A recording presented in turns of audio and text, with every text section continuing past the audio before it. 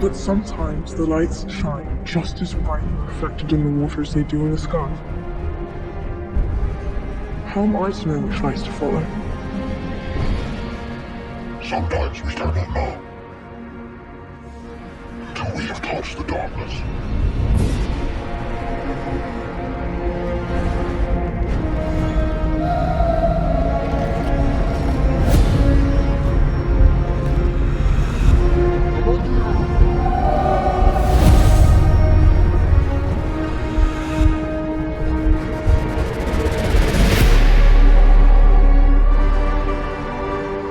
Every city claims to have them, and every city will tell you that theirs is the best.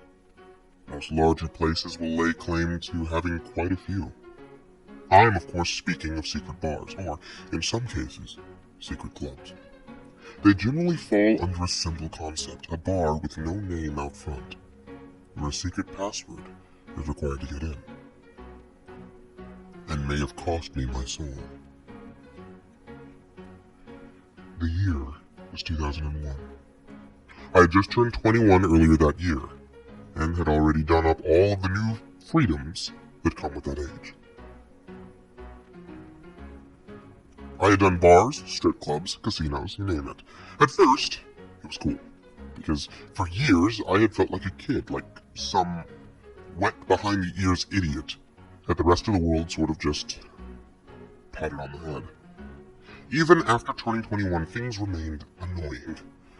People would hear that I was 21 and treat me not like an adult, but as a new adult. Like a grown-up that still needed grown-ups. I was annoyed. I worked downtown in a dreary office job inputting data. The nice thing about it, though, were my hours, 3 p.m. to 11 p.m. For a single guy in his early 20s, it was perfect. I got to sleep in every day, and I would get off work just in time to take the quick walk from New Orleans Central Business District, cross over Canal Street, and bam! I was in the French Quarter. Land of booze and women. Lots of fun times were spent down there. But as I said, even that began to get boring. Really boring. So, I began to research secret bars. I found a few right away, and most of them were just as boring as the regular ones. One in particular, called Mystique, is located up a narrow stairwell, accessible only through a tiny door located under the bar downstairs. And once I got up there, though, it was just another bar. The clientele were a bit more pretentious, and most of them thought that they were the second coming of Lestat, but in the end, it was the same thing. A bar, drinks, people, and usually crappy music. I remember one night, I was at home in my tiny apartment using medic rollers, remember it was 2001, and searching for more secrets in my city that I was now old enough to exploit. I kept finding links to the same boring places that I always went to. Then my email pinged, or I should say, announced, "You've got mail." I clicked open on my email and saw the heading for the message, Secret Bar. Now, I was sure if I had asked anyone on my AOL buddy list for help, and I didn't recognize the sender. I figured maybe I was in a chat room one night and asked around, but it was worth a check. The email was simple and short, and read something like this. Secret Bar. Looking for a journey? Not afraid of hell? Too shy for heaven? Then come visit us.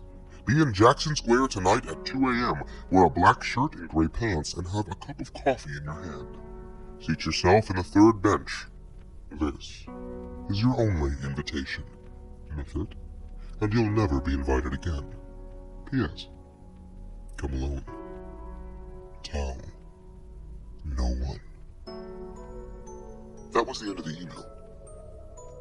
I was lucky that my job required me to wear a suit, because it just so happened that I had a pair of gray slacks. I pulled on my black t-shirt, and realized I actually looked pretty good. I figured this could be a prank, but even if it was, even if it turned out to be nothing, I would go out and have a few drinks anyway, maybe even get laid. I didn't have to go into work the next day, so this night could turn out to be fun anyway. However, I may have been a bored, idiotic 21-year-old, but I was not totally stupid. This could also be a trick or a trap or something worse, so I called my best friend Mike. I told him that I was going out with some strangers from work and that I wasn't sure about them. I told him I would call him by 4 a.m. and if I didn't, for him to call and check up on me. I told him I would be in the quarter. Mike had to be up for work at 4 a.m., so it wouldn't put him out of his way to call me when he got up. I left my apartment around 1:30 a.m. I only lived about 15 minutes from downtown, but I figured I would make sure that I was on time. By 1:55 a.m., I was sitting on the third bench in Jackson Square, sipping my coffee and waiting.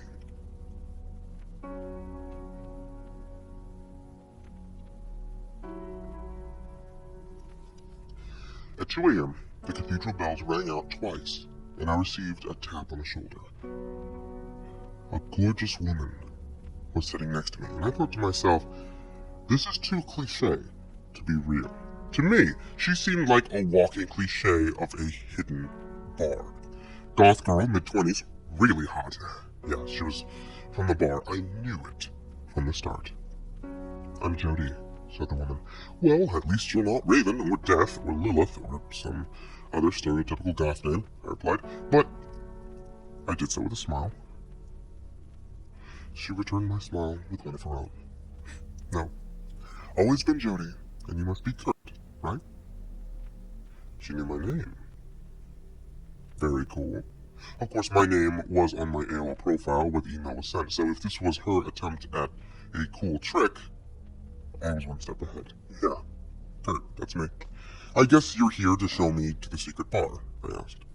Only if you're ready to journey to hell, or heaven, depending on your taste. We like to consider this to be the first back-out point for our new clients. You can decline the invitation now and go home, or to some other bar, or wherever you like. Only be warned that no other invitation will come to you again. I considered this, and decided that it was already after 2 a.m., and I was out dressed and full of coffee. I wanted to see this place. Lead on, Miss Jody, I replied. She stood up and began to walk ahead of me, at a rapid pace. We walked in silence for some time, weaving deep into the quarter, past Bourbon Street, past all the loud and drunk tourists, past the warm and safe lights, the cop cars, the music from the bars. Before long, we were in the dark part of the quarter, mostly residential, and very few people were on the streets this way. She suddenly stopped and walked up the stoop to a private residence. She fiddled with keys, opened the door, and gestured for me to enter. Wait, is this someone's house? I asked. This is the house where the dead scream in silence, where the walls rot, where pain becomes pleasure, where pleasure becomes death. This is the house of Din, he who dwells on the Black Star. Enter. I thought this was the coolest pitch for a bar I'd ever heard. I figured it was rehearsed, but she said that whole little phrase with a lot of conviction. I had no idea who Din was, and I certainly didn't know about Black Stars, but I did have a desire to push on. She walked me into the house, which was empty. No furniture, no nothing. Now, French Quarter real estate isn't cheap. So, if this place was renting a house, just to serve as the cover for a bar, they clearly took themselves seriously. This might not be so boring after all. What happened next was strange. She turned me towards a small hallway with an elevator. Now, I know that some houses back in the day had elevators, however, this one only appeared to go down. It isn't exactly known for having basements, especially in homes.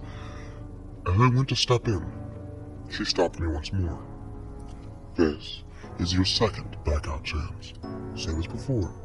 You can turn around and leave. No harm, no foul. Push the button, I replied, pointing at the down button. and stepped in.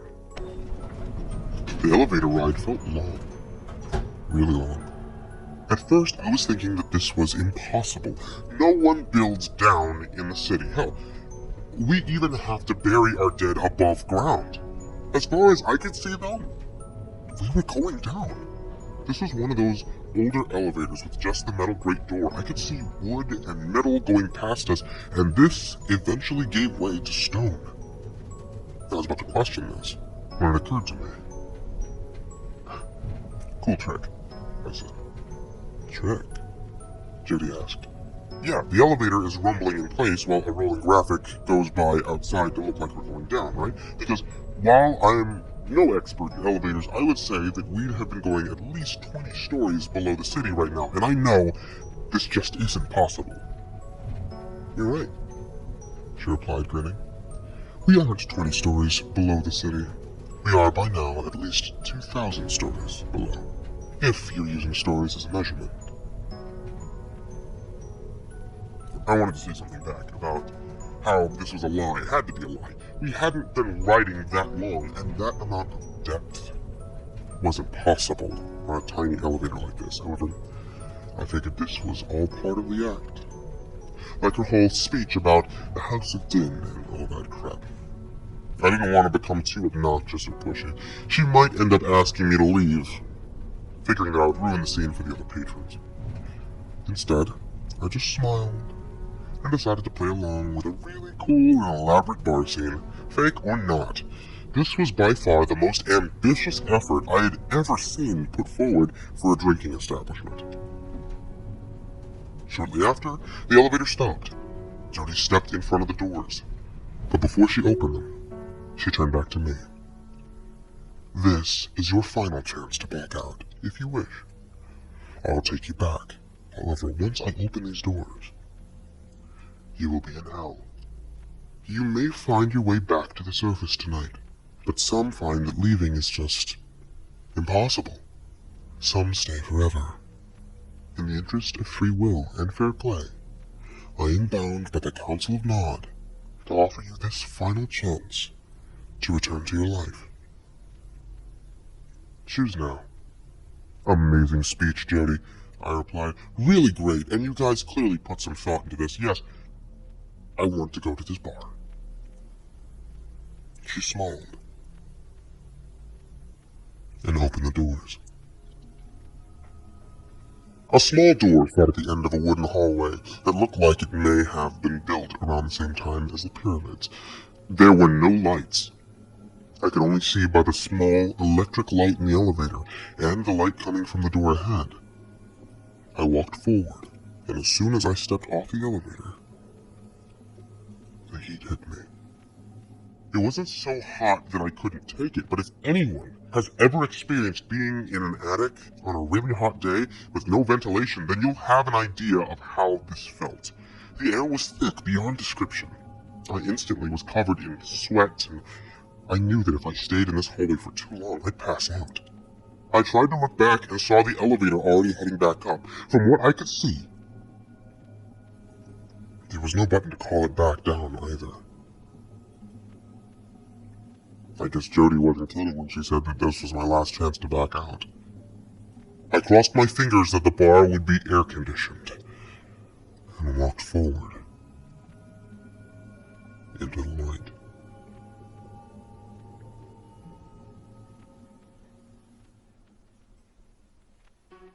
What happened over the next couple of hours is largely a blur. I'll tell it as best as I can. I entered the bar. It was small, very small, about the size of a bedroom. It was a single wooden bar, 3 bar stools pushed up to it, and 3 small tables in the corner area. The room was poorly lit. Only a small light bulb hanging from the cord was providing the light. However, it was well lit enough to see everything. And sitting right on the bulb seemed the most logical. There was a small shelf behind the bar. Typical setup. Liquor bottles in front of a mirror. There were 5 others in the room, plus the bartender.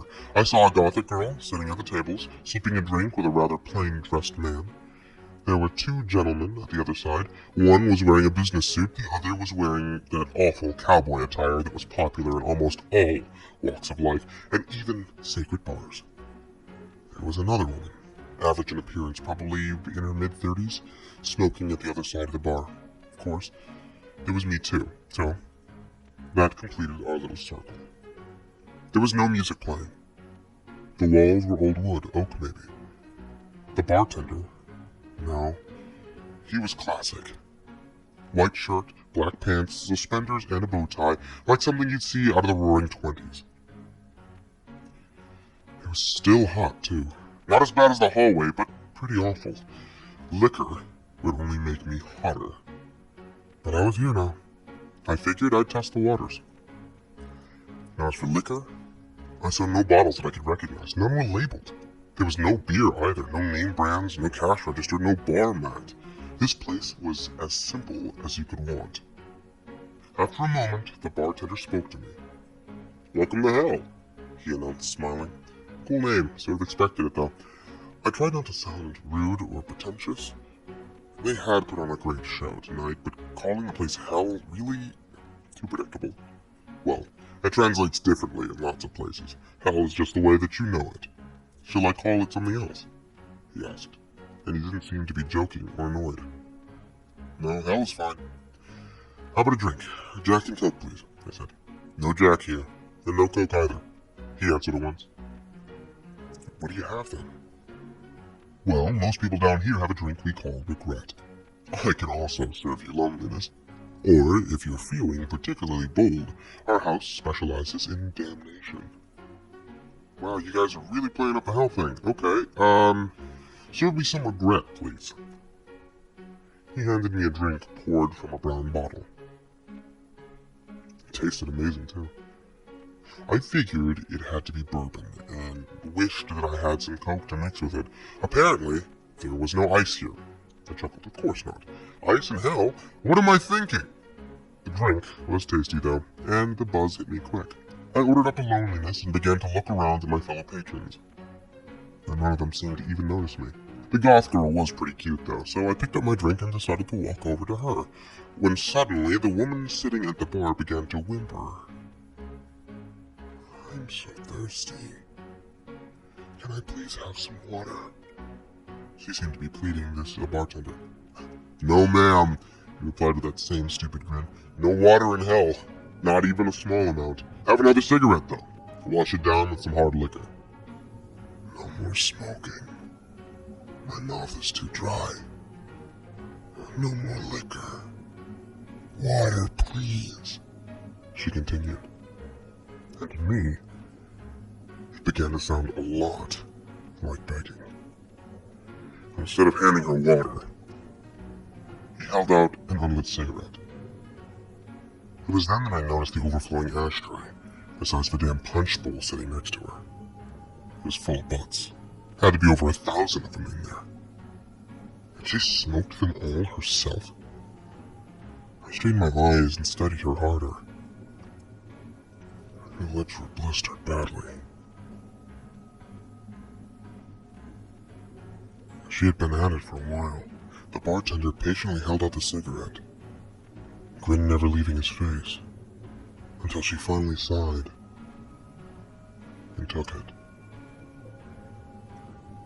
He produced a lighter and she took a drag. She began to cough violently, gagging too. I decided to chime in. Hey man, she doesn't look so hot, and I really don't think she needs another smoke. She looks like she's dying of thirst too. And call the elevator, man. She's had enough, I think. The bartender turned his big smile on me. Who? Old Nancy here? Nah, Nancy is a trooper, man. Smokes a couple packs a day, and as far as her thirst, well, she knew this place was a thirsty sort of dive before she walked in the door. But she wanted to be here. She is getting exactly what she wanted. I walked over to Nancy and placed my hand on her shoulder. Ma'am, if you want to get out of here, I'll walk you over to the elevator. You don't look so great right now. I tried to sound as concerned as a 21-year-old kid could sound. Nancy looked at me and smiled. Oh, I'm fine. Just fine, she said. but her mouth quivered as she spoke. The bartender was watching us like a hawk, still smiling, but his smile no longer looked so friendly. "Everything okay?" he asked, beaming at us like a used car salesman. Nancy shakily replied yes. The bartender turned around, and in that second Nancy gripped my arm hard, pulled me into that smog that she was breathing, and whispered, "Leave while you can." It was so low I almost missed it. Her breath was like a chimney. She must have been chain-smoking for days. I smoked, and so did most of my friends. And even on nights when we could chain smoke and pound booze until the sun rose, none of us were ever that toxic. I walked over to the man in the business suit. He, at least, appeared sane. "Hey, sir, I think that lady over there needs help," I said to him. The man looked at me and laughed. "We all need help, kid. We're in hell, after all."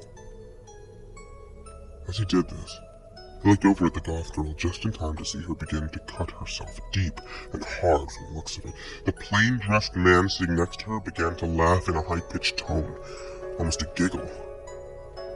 And that was when I noticed that he was masturbating. Only not in the sense that we all do at home, no. His dick was raw, bloody, torn away in places, but he just kept going at it. "Stop that! Look at what you're doing to yourselves!" I screamed at them. They looked at me, and I noticed that the girl was crying, but also smiling. Her eyes were practically begging to her self-inflicted pain to stop. Yet, she just kept cutting. I had seen enough. I reached over and attempted to pull the knife out of her hand, and just then I felt a strong grip on my shoulder, stronger than anything I'd ever felt in my life. It was the bartender. He had come around the bar to grab me. "No, no, sir," he screamed into my ears. "Every patron in hell gets to enjoy their treats without judgment. After all, judgment has already been passed.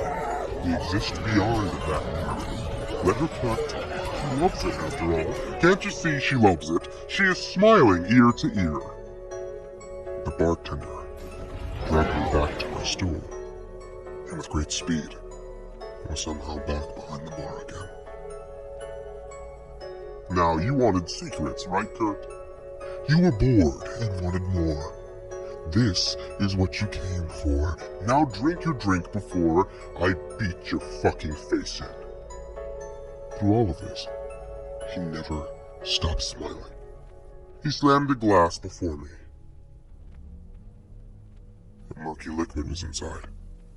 He grabbed my arm and began to squeeze. The pain became unbearable. My mind began to race. This was no bar. This was something. But this was no bar.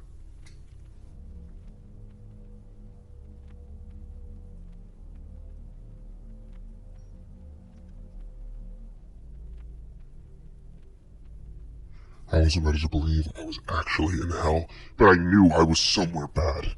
"Drink your drink, sir," he screamed again, and fearing that I would pass out from the pain, I slammed down the liquor in front of me. It tasted horrible. I couldn't describe it, and I can't now, but it was fierce. He let go of me, and suddenly the room got much hotter. The light began to flicker, and suddenly I was afflicted by knowledge. Things I didn't want to know. Things that no one would want to know. My mother had an affair. And the man I had grown up calling Dad was in fact not my father at all. I had a brother who died. I never knew that. My boss at work hated me. My grandfather committed suicide. All these years I thought he died naturally. Perhaps. My mother was going to abort me, but changed her mind because she couldn't afford the abortion. I was going to die alone. My wife, a woman that I would meet in 6 years and fall madly in love with, would die in a car crash with my 3-year-old son in the back seat. There was nothing I could do to change this. I would go blind in my 60s from a work-related accident. There were currently 34 people in the world right now, some who I thought as friends, who wanted me to die. They hated me. No one, not my mother, not my father, no one had ever loved me. at all. Those were just a few of the secrets that suddenly hit me. There were thousands, maybe millions more, but by then, my mind couldn't process them all. They were some things about me, things about people I knew, that were so dark that I'm thankful I couldn't remember them. Because to dwell on them for even a second longer would have brought on madness. Frantically, I looked around the bar. The woman Nancy was still smoking, only her throat was on fire, a small red glow smoldering right in the middle of her throat. She was clearly in the worst pain of her existence, but she continued to take puff after puff of her cigarette. Every time she did, the glow on her throat would get brighter. I looked straight ahead in the mirror before the bar, seeing the gore fest that had begun behind me. However, what took my attention was a small black figure standing directly to my right. It was maybe 5 feet tall. Its skin was jet black. The only thing that stood out was its eyes. They were human eyes, but bright. Not glowing, just bright enough to stand out from the onyx of its face. It had small horns on its head. It had very white, very sharp teeth. Somehow I knew this was Den. And I was in his house. I looked towards the door, but it was gone. The heat continued to get worse. The secrets were still popping into my mind, each worse than the ones before. Entire dimensions of my soul being revealed to me. All of it horrible. Just then my cell phone rang. The ringtone, something from my world, something from up above, had grabbed my attention, and in that moment the secrets slowed down a bit. I looked down. It was 4 a.m.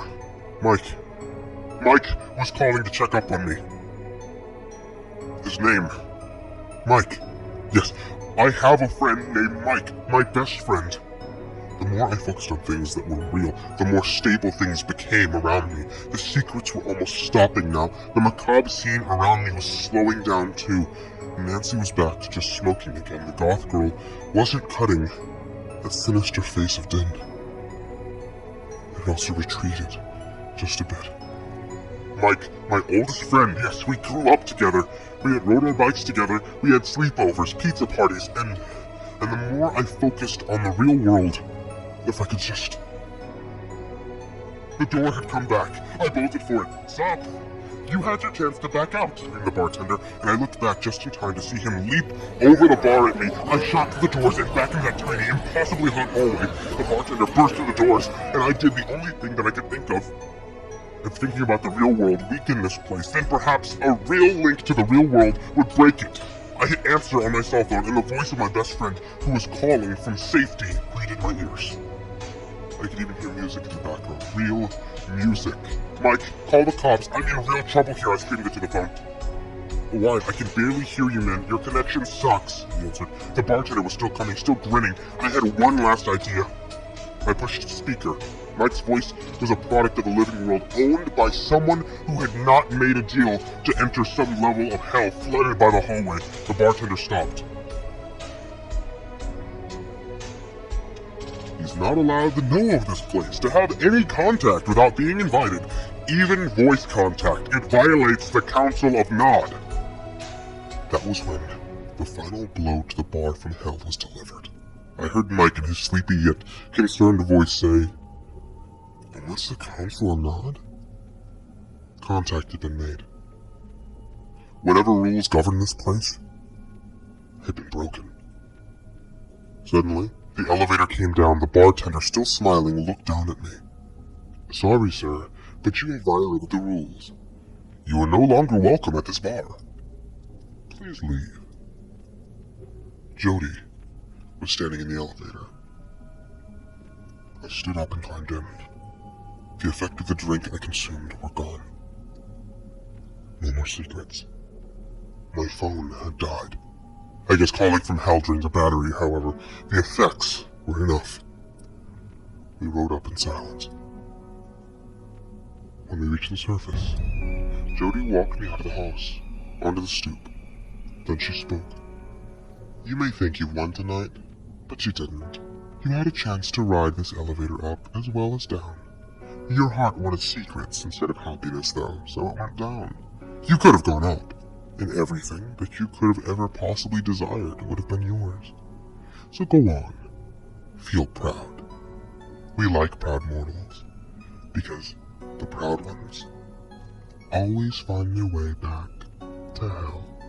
Fuck you, Jody, I replied, but did so as I walked away. I didn't want to tempt these people any more than I had.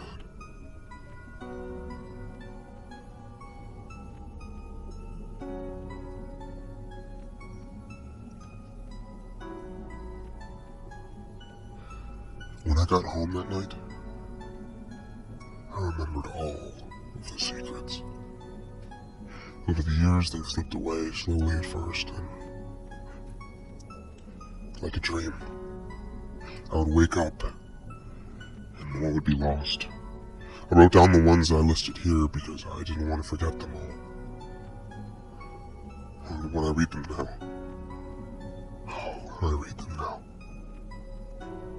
they don't seem like secrets anymore. It's like weird lies. Of course, I called the police the very next day. I wanted to help those people down there. I had to dress up the story a bit. I told the cops that I was led there by Jody after meeting her in the quarter. I left out the part about the place possibly being a level of hell, and simply described it as a basement where people were being tortured. The cops got a warrant and went in. The house was empty, as I said it was. However, there was no elevator found. The cops said there was a large closet area that appeared to have an old elevator at one time, but it was long gone now. The house was still on the market. It had no owner. For a few years, I would go down to Jackson Square around 2 a.m., hoping to catch Jody luring another victim into the house. However, I never saw her again. Years went on. I did marry, and no, my wife was never killed in a car accident. We don't have kids yet, though. Perhaps when I violated the contract, the Council of Nod, or whatever, I somehow broke that cycle. I never know, but I'll be careful. After I post this, I burn the list of secrets that I had written down. Of course, I can always read them on here, but I won't. And in time, hopefully I'll forget them too. I never confronted my mother about the abortion plan, or asked who my real dad was. Those secrets seemed so real, but Satan is also called the father of lies for a reason. I'm not sure if Din is Satan, or just a lesser version of him. But I doubt that Din is very honest, either.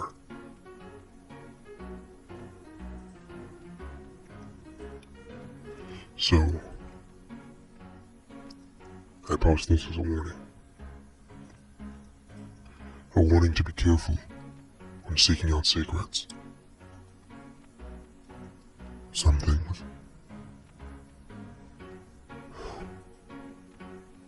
things are kept secret for a reason. And to know them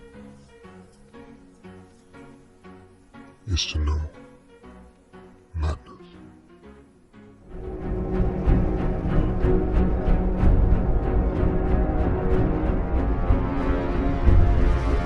But sometimes the lights shine just as brightly reflected in the waters they do in the sky. How am I to know which lights to follow? Sometimes we cannot know until we have touched the darkness.